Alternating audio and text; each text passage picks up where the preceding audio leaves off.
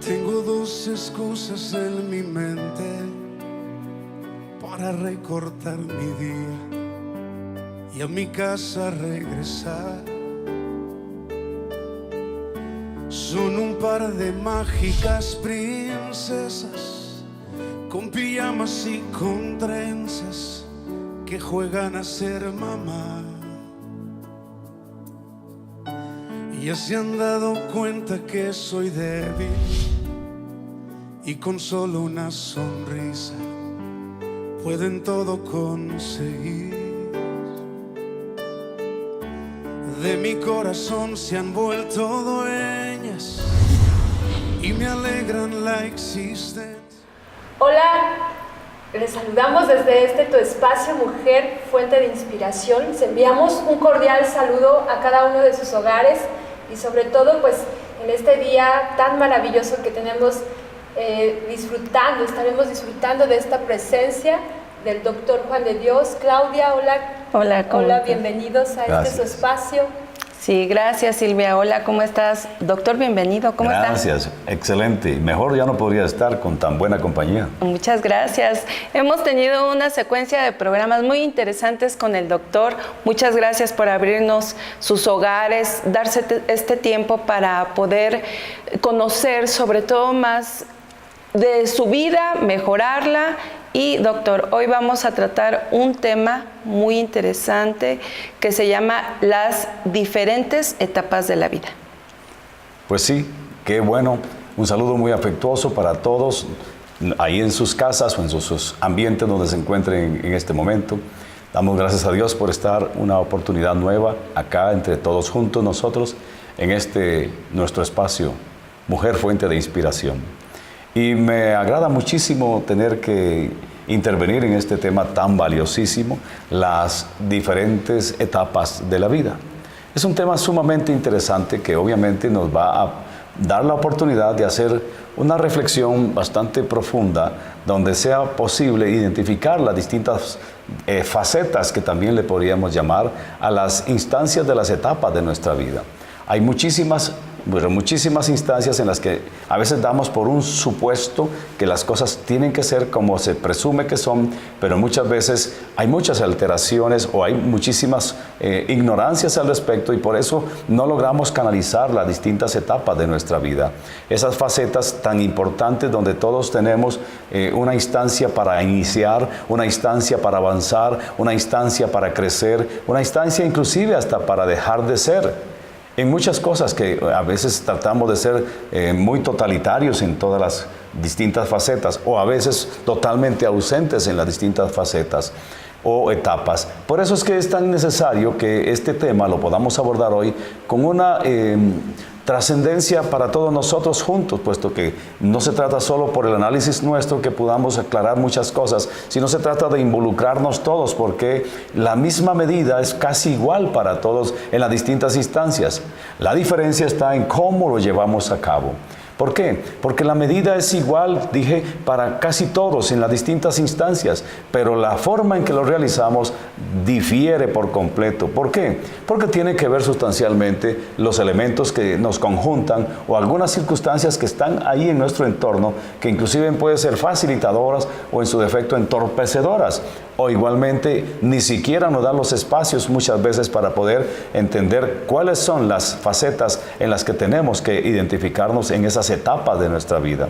Hay muchos elementos y entonces podemos tal vez empezar diciendo algunas cosas como estas. Una pregunta muy valiosa.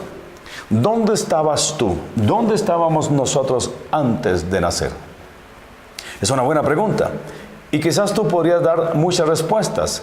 ¿Qué crees tú, Silvia? ¿Dónde estábamos nosotros antes de nacer? Pues bueno, yo creo que todos y cada uno de nosotros ya existíamos en el pensamiento del Ser Supremo y todo está bajo un diseño perfecto.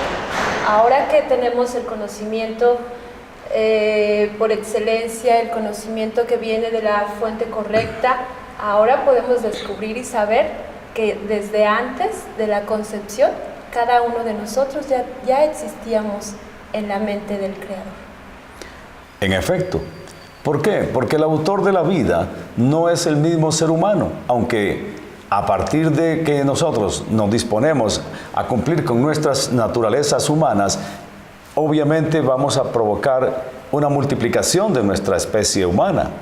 Pero eso no es así simplemente por ser. ¿Por qué? Porque el ser humano es la máxima creación de Dios. Todos estamos entendidos al respecto. Créanlo algunos o no lo crean. Dios no necesita que le creamos para que Él siga haciendo su obra, tal como la hizo. ¿Por qué? Porque Dios es soberano y Dios es el autor de todo. Por tanto, estamos en condiciones meramente de estar total y así, literalmente sometidos a lo que Dios ha establecido en su plan exacto de la eternidad. Entonces, ciertamente, ¿dónde estábamos nosotros? ¿Dónde estábamos nosotros antes de nacer? Es evidente que cualquiera podría decir, bueno, antes de nacer es obvio que estuviéramos en el vientre de la que fue nuestra madre. Pero también vamos a pensar aún más atrás. ¿Dónde estábamos aún antes de estar en el vientre de nuestras madres? Como bien dijiste, estábamos en el pensamiento eterno de Dios. Y por eso es que la misma Escritura nos lleva así literalmente a conocer esa expresión que está muy bien registrada, que fuimos literalmente escogidos en Dios desde antes de la fundación del mundo. Eso implica algo que para el ser humano todavía no es perceptible hasta el momento en que tengamos, sí, una misma conducción hacia conocer más los designios de una eternidad. Pero esto quiere decir que entonces, antes de que fuésemos concebidos por nuestros padres, estábamos en la misma dirección del propósito eterno de Dios, lo cual implica que cuando nuestros padres se avienen para estar en una cópula, como se puede decir correctamente, entre varón y mujer para engendrar, entonces vemos que literalmente estábamos en el mismo propósito de Dios. ¿Por qué? En el momento en que la persona o las personas tienen o se avienen, marido y mujer, para concebir una nueva personita, hay que considerar, ¿se concibe solamente la parte física? ¿O también se concibe el alma y se concibe el espíritu de la nueva persona? ¿Dónde estábamos entonces en esa instancia? Evidentemente en la misma dirección del aliento de vida de Dios mismo.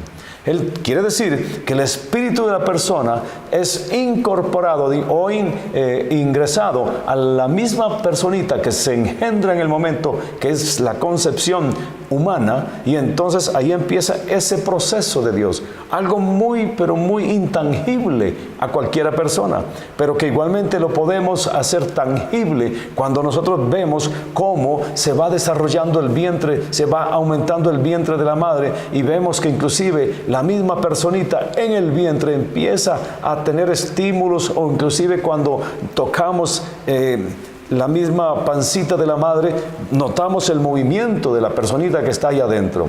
E inclusive notamos muchos conceptos muy valiosos e interesantes, que es lo que podemos llamar cómo transferir nuestro amor y aprecio por esa personita que está todavía en el vientre de su madre, y cómo esa personita reacciona a esos estímulos que le provocan las personas que son sus progenitores. Entonces vemos cómo el derecho de la vida, así por así decirlo, está marcado no por lo que tú quieras o no quieras hacer. Entonces podemos preguntar, ¿qué actitud válida puede tener una pareja que engendró un niño y de pronto le dice el varón, por ilustrar esto digo, de pronto le dice el varón, yo quiero que abortes? No quiero ese niño, no quiero que nos entorpezca nuestra relación de pareja, no quiero hacerme responsable. ¿Qué piensas tú al respecto, por ejemplo, Claudia? Pues que si Dios nos formó desde antes de la fundación del mundo, ya estábamos en su pensamiento, que esa vida es muy valiosa, que esa vida merece todo el respeto, sobre todo de Dios, porque es una creación del Señor. Entonces, a veces nosotros decimos, es que es un derecho de las personas el permitirle a esa personita que se está formando en el vientre de la madre, permitirle vivir a honor. Sin embargo, yo creo que esas medidas se deberían de tomar desde antes. Y aún así lo hemos visto, que cuando Dios, que es tan soberano, que es tan grande, que es tan perfecto, quiere que ese ser humano existe y viva, a veces contra todas esas situaciones que están desfavorables para ese ser, aún así es concebido ese ser. A pesar a veces de enfermedades, a pesar a veces hasta de los mismos anticonceptivos que se escucha, que se oye, que se usan, ¿verdad? O que muchas personas usan comúnmente, como el DIU, como hormonas, como pastillas. Esos fallan, pero para mí el que nunca falla es Dios. Ok, pero hay algo importante en esto que estás respondiendo. E igualmente lo que precedió la pregunta que te hice, o el comentario que hemos juntos presentado en este momento. Porque hay algo que es muy valioso aquí, que estamos hablando de las facetas o las mismas etapas de la vida. Entonces observemos que a pesar de que tengamos divergencias en nuestras formas de concebir o de apercibirnos de tal situación, este es un tema sumamente delicado, porque el ser humano no tiene potestad sobre su propia vida, lo cual implica que nosotros, que somos progenitores de las futuras vidas, tampoco tenemos el derecho de negarle la oportunidad de la vida a alguien que Dios ya puso en el vientre de la madre. Por tanto, nosotros los varones tampoco, por ser parte que fecunda, tenemos ninguna posición que pueda decidir bajo ese marco, porque es un derecho exclusivo de Dios, y Dios es el Dios único, que es soberano sobre todas las cosas, y nosotros somos sus obras. Entonces nosotros tenemos que ser un poquito más analíticos al respecto, dentro de ese concepto que estamos diciendo, ¿cierto? Por eso es importante que todos los que nos están mirando, quizás tú, mujer, pues estás mirando este programa y no sabías que este plan es un plan divino, es un plan perfecto, de que la vida es un derecho de Dios, y la vida solamente Dios la puede dar y la puede quitar. Nadie más puede hacer esto. Y muchas veces podrán decir, es que yo soy dueña de mi cuerpo. Tampoco es así. Somos creación de Dios, y cuando tú vas a ese conocimiento perfecto, entonces se expanden tus pensamientos. Pero en un momento más continuamos, te esperamos.